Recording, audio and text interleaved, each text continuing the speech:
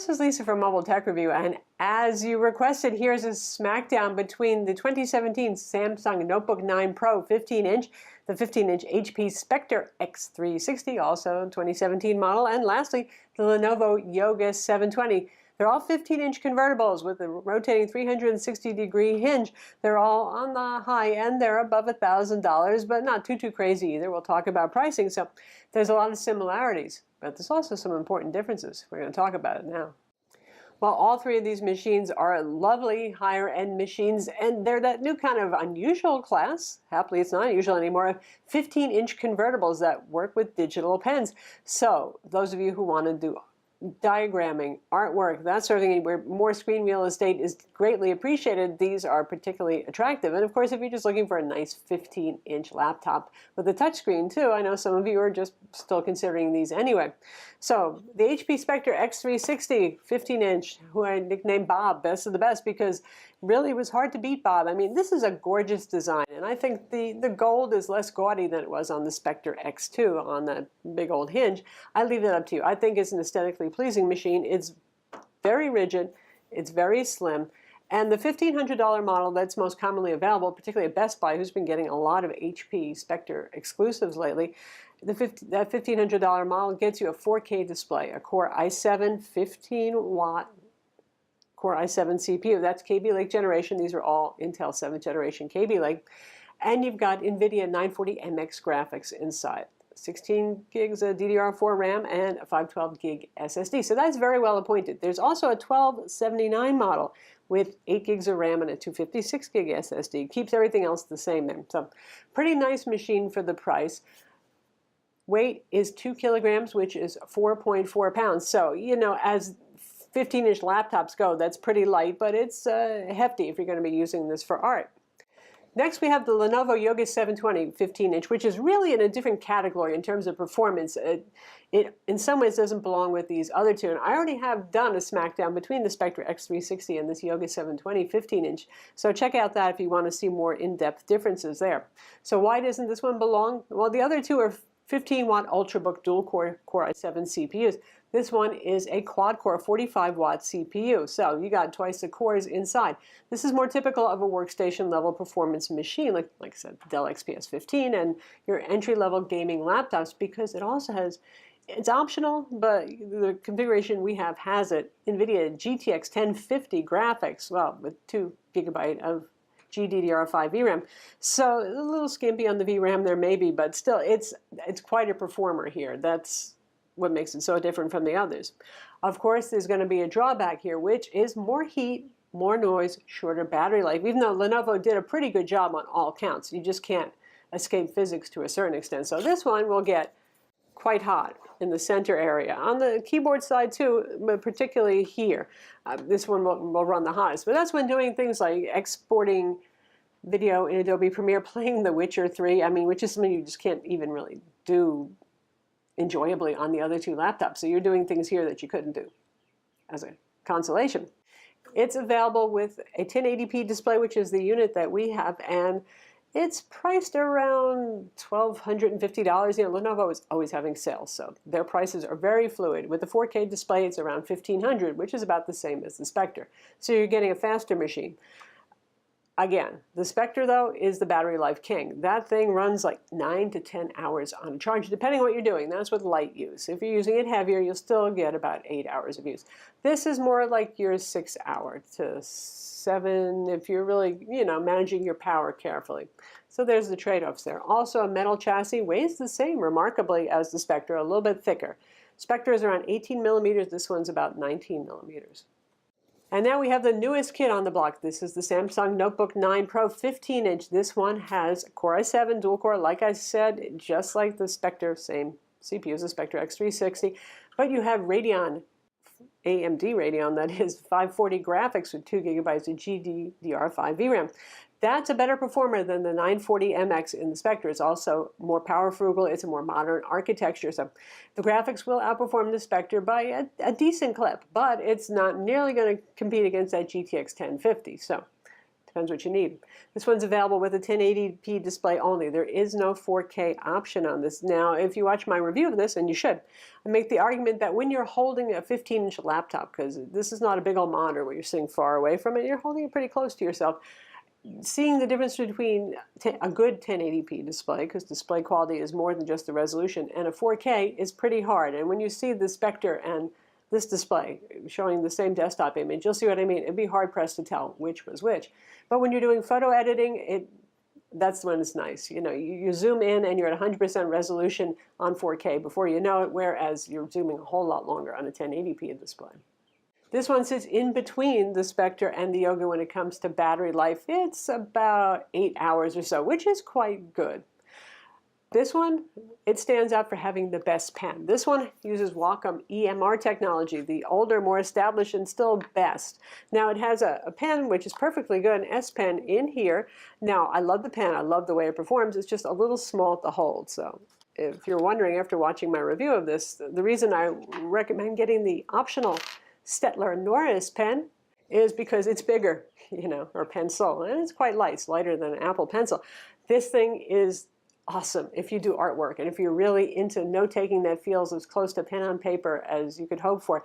The strokes are just immediate. The ink just flows in a silky way. It's very precise, not just because it has a skinny tip. The technology is more precise that's used in Wacom EMR. So when I was trying to do the same painting, I was drawing a Norway lake scene, and I was drawing a cabin, I had trouble with the Spectre X360's pen, which is a N-trig pen, versus using the technology on the Samsung. I could do my art without the technology getting in the way better.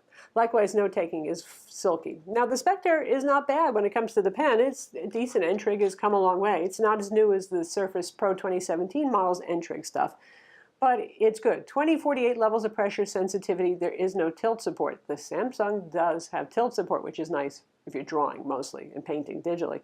Note-takers care less about that kind of thing. The Yoga has a Wacom AES digitizer, which is Wacom's newer and lower cost digitizer that they came up with to compete basically with N-trig. And it's very good. In fact, I like it a little bit better than the Spectre's. Lower initial activation force is required. You don't depress as hard. The pressure curves are a little bit more natural and linear. The pen is not included with the Yoga. The pen is included with the Spectre and with the Samsung. The Samsung Notebook 9 Pro 15 inch is also the lightest, and it's noticeable. It's about a half a pound lighter. It weighs 1.7 kilograms, which is 3.79 pounds. And for something that is a convertible and that you might actually want to use on your lap, I don't think most people are going to hold it in two hands. Still, it's kind of big and still kind of heavy for that. It makes a difference, and it makes it feel much more like a convertible and a portable kind of design. So that's pretty nice. Which gets into, what do you want to do with your laptop, right? I pointed this out in the Spectre X360 versus Yoga 720. Sure, the Yoga has more horsepower, and most people say, well, geez, you always should go for the more horsepower, shouldn't you? Well, no, it depends on what you need. If you're spending your day in OneNote and Photoshop and doing some occasional video editing, a dual core is perfectly fine, and you're going to get longer battery life and cooler running machine. So there you have it. But if you're that kind of person who is doing really more heavy-duty stuff, you're doing 3D CAD work, you're doing ZBrush, you're doing video editing as often as we do it, which is to say professionally, then the quad core with the stronger dedicated graphics starts to make sense. So there you have it.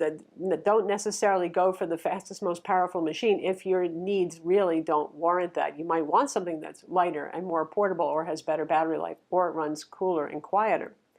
The Spectre is available only with a 4K display. The Samsung is available only with a 1080p display. The Lenovo is available with your choice of a 1080p or a 4K display. The 1080p display on the Yoga is just okay. It's a competent display, and you can see the display metrics on screen there, but to look at it, it is less bright. It seems less, colors pop less. It's just kind of eh. And it had the largest delta E. That means it's the least color accurate. And even with color calibration, it's hard to get it really close and really right. The 4K display we don't have here. I have seen it. It is nicer looking. It's a little more colorful, a little bit more pop. Still not as good as the Spectre's display when it comes to, well, contrast and color pop, those sort of things. When it comes to ports, surprising. You'd think that the more powerhouse laptop, the Yoga 720, would have the most ports, but actually, no, it doesn't. It's funny. It doesn't even have a HDMI port or an SD card slot. Now, it does have a Thunderbolt 3 port on it, so you can use dongle adapters to get those. So that helps a little bit. The Spectre X360 is pretty well appointed. You have two Thunderbolt 3 ports, not just one, but one is used for charging, so there's that. And you have HDMI, and you have your USB 3.0 port on it. Just one USB 3.0 port. So get ready to use a little port splitter or something if you need more than one USB 3.0 peripheral, which many of us still do. The Samsung has a USB-C port that does not support Thunderbolt 3. That's kind of an ouch. I don't know whether Samsung just not into Thunderbolt 3 with their laptops. They really should be. It has two USB 3.0 ports, which is nice though, a micro SD card slot and an HDMI port. So it's pretty well appointed in the port department as long as you're not worrying about Thunderbolt 3. There's that. All three machines have 16 gigs of RAM in the configurations that we've got. The Yoga should theoretically be able to go to 32 gigs because it has two slots. The HP has two slots, but I'm not sure that the motherboard supports 32. I have not opened it up and tried to do that. Samsung has its 16 gigs of RAM soldered on board. They all have M.2 SSDs, and you can upgrade those yourself if you want to a higher capacity. PCIe on the Yoga and the HP, SATA interface on the Samsung out of the box. Backlit keyboards, of course they all have it. Good Wi-Fi, yep.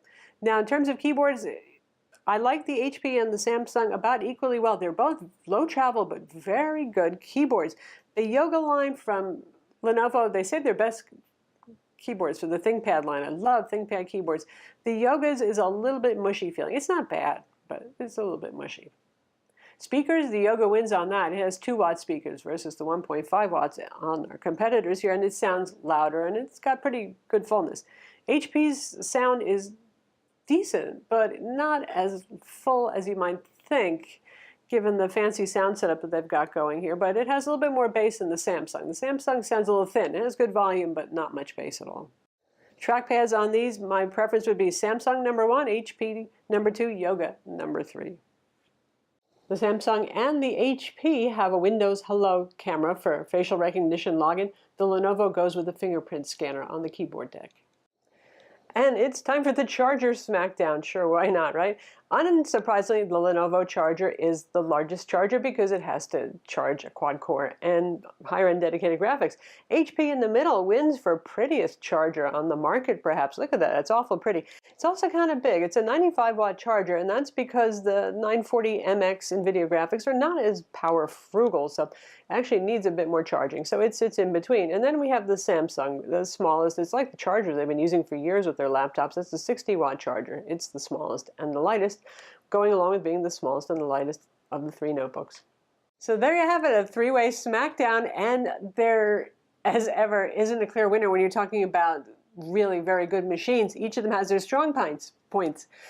For those of you who are primarily interested in art, are you hardcore note takers, like I said, the kind of people who know what a Stettler pencil is versus some other nice ink pens that are on the market, and you care about silky note taking? If you're an artist, the Samsung Notebook 9 Pro is the one for you because that Wacom EMR digitizer is just dreamy. It is noticeably better if you're in tune to those kind of things.